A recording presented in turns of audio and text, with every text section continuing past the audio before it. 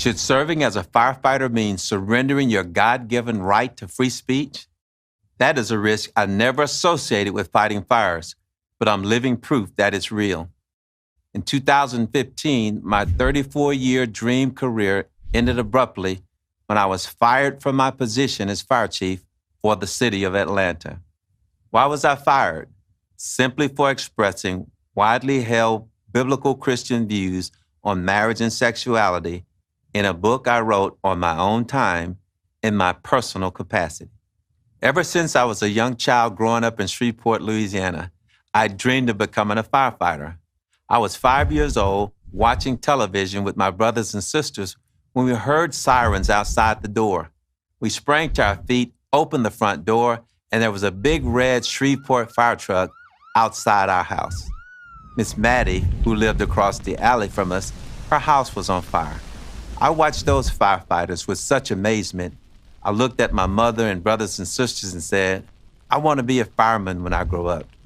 And that's just what I did, starting in 1981 when I joined the Shreveport Fire Department. At that time, fire stations were still segregated. In the early days of desegregation, Black firefighters had a designated bed in the dormitory. Some fire stations had separate dishes from those of the white firefighters. I decided if I were ever in a position of leadership, I would ensure no one in the fire department would ever be discriminated against like I was. There would be no racism, sexism, favoritism, or nepotism. I took the conviction with me as I advanced through my career, first as fire chief in Shreveport and later as fire chief of the city of Atlanta.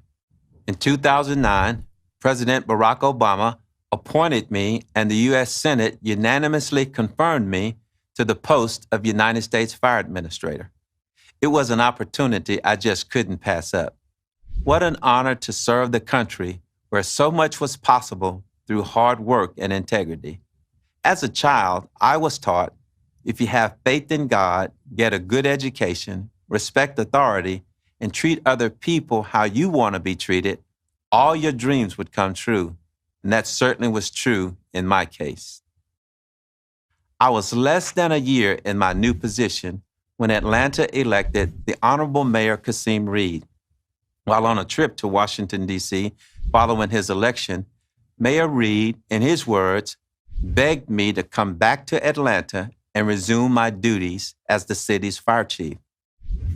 After prayerful consideration, I accepted the offer to serve my fellow citizens in Atlanta once again. In 2012, I was named Fire Chief of the Year by Fire Chief magazine. I remember how grateful I felt as Mayor Reed thanked me publicly for what he called my pioneering efforts to improve performance and service within the Atlanta Fire and Rescue Department. A year later, I wrote and self-published a devotional book for a men's Bible study. The book was aimed at helping Christian men live a faith-filled, virtuous life. Out of 162 pages, it included about 6 pages on biblical sexuality. At the time I wrote it, I checked and double-checked with the city's ethics officer to make sure that I wasn't violating any city policy. I also checked to see if I could include the fact that I was serving as Atlanta's fire chief in my About the Author section. She assured me that I was in the clear and asked that I send her a copy of the book once it was published. Over the course of the next year, I gave copies of the book to a few Christian colleagues, including Mayor Reed, and a few Christian men on the city council.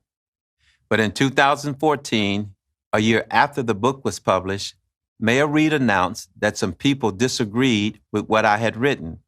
I was being suspended without pay for 30 days, compelled to complete sensitivity training, and investigated for any potential discrimination from my past or present.